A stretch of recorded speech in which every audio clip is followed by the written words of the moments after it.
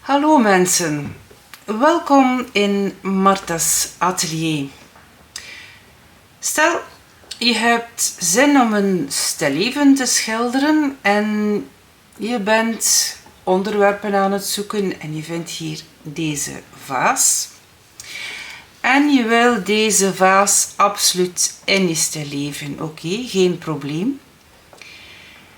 Maar terwijl je aan het schilderen bent, denk je van, goh, welke kleur heeft die vaas nu? Wel, laten we dit onderzoeken.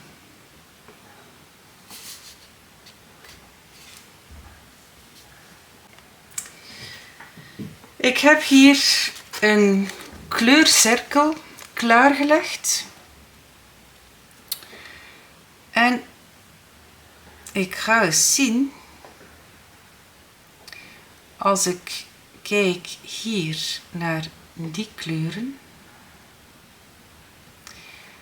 wat past daar nu eigenlijk bij? Dus het is zeker geen geel, het is geen groen, blauw. Oh, ja, ik zie daar wel een klein beetje blauw in. En ik zie daar een klein beetje violet in. En dit zou wel eens een goede match kunnen zijn. Dus als ik verder draai naar rechts. Je ziet, daar zit natuurlijk ook rood in. Maar als ik dan opnieuw verder ga, dan raak ik weer verder van de kleur verwijderd, waarvan ik denk, dit zou het wel eens kunnen zijn. Hier, rood-violet. Want ik zie wel ergens rood en ik zie wel ergens violet hier in deze kleur. Het is nu natuurlijk zo dat de kleuren op het kleurwiel of de kleurcirkel heel intense kleuren zijn. Dit hier is een zeer dof kleur. Dat wil zeggen, als we dit rood-violet als beginkleur nemen, dat we dit rood-violet in intensiteit naar beneden zullen moeten halen. En dat kunnen we doen met het kleur die pal tegenover rood-violet ligt, namelijk geel-groen. Dat is oké. We gaan dit proberen. Hier heb ik nu dioxazine violet klaargelegd. Ik heb er ook alizarine crimson bijgevoegd. Dit hier is sapgroen en dit is titaanwit. Ik heb ook teststripjes. Ik heb een paletmes om te mengen. Ik heb hier een mengpalet en natuurlijk mijn kleurcirkel. Oké.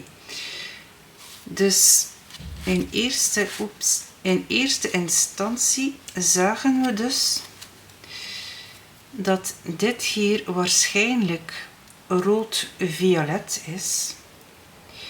Nu, je hebt violet in tubus die rood is. Dit is hier meer een blauw-violet. Ik ga dit eventjes demonstreren met hier wat wit bij te voegen. Dat is eigenlijk een prachtig violette kleur. Maar als je kijkt, dan neigt het meer naar het echt violet dan dat het naar het rood-violet neigt. Maar ik heb uiteindelijk niet zoveel kleuren. Er zijn schilders die echt heel veel kleur hebben en die heel veel verschillende kleuren gebruiken, maar Dat doe ik persoonlijk niet. En als je kijkt naar dit alizarine, dan neigt dit echt wel meer naar rood-violet. Je kan daar natuurlijk nu een klein beetje dioxazine bijvoegen, zodanig dat het wat meer naar het violet neigt.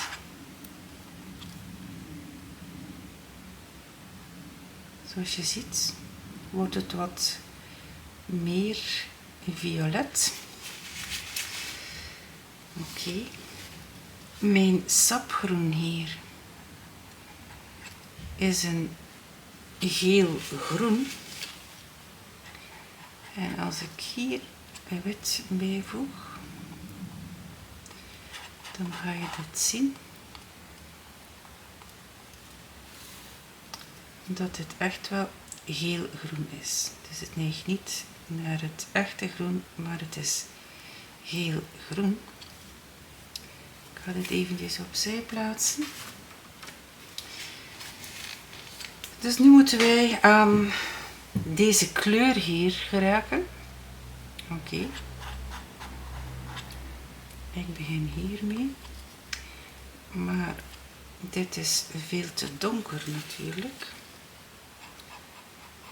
Dus ga ik daar opnieuw wit gaan bijvoegen.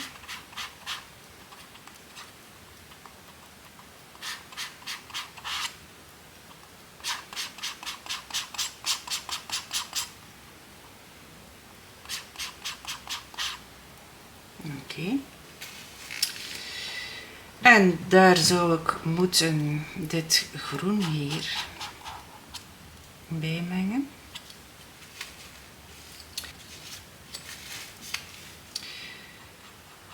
Dus nu zal ik een klein beetje van dit groen mengen met dit violet.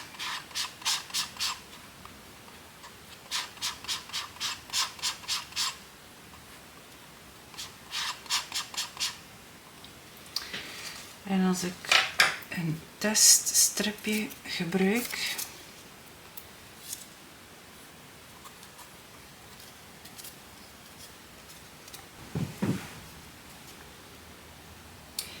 dan zie je dat de kleur juist is. Het is alleen wat te donker.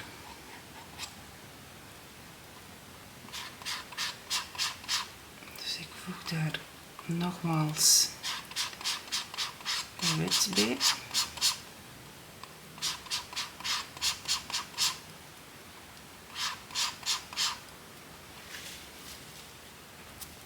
En ik plaats dit opnieuw op een teststrip.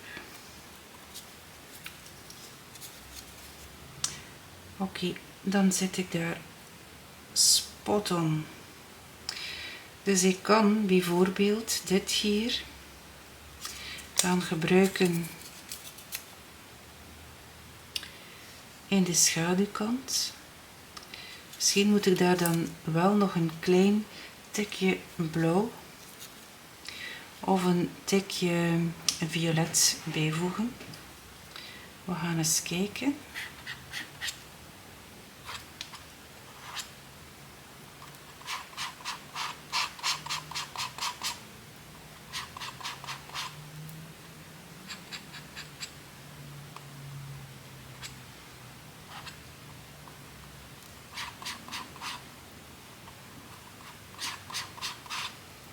Dus je neutraliseert je kleur.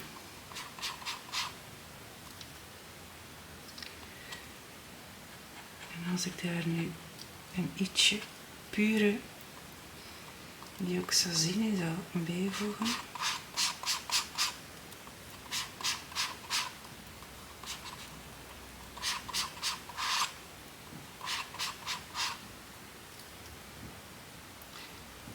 Dus ik moet dit nu opnieuw gaan neutraliseren en ik zal nu het pure sapgroen bijvoegen, want het mag donker zijn natuurlijk.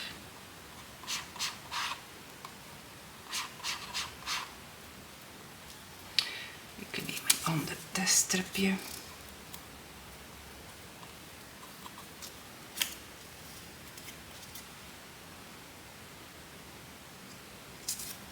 Dit is nog ietsje te donker. Het is soms echt wel zoeken naar de juiste kleur of de juiste tonale waarde.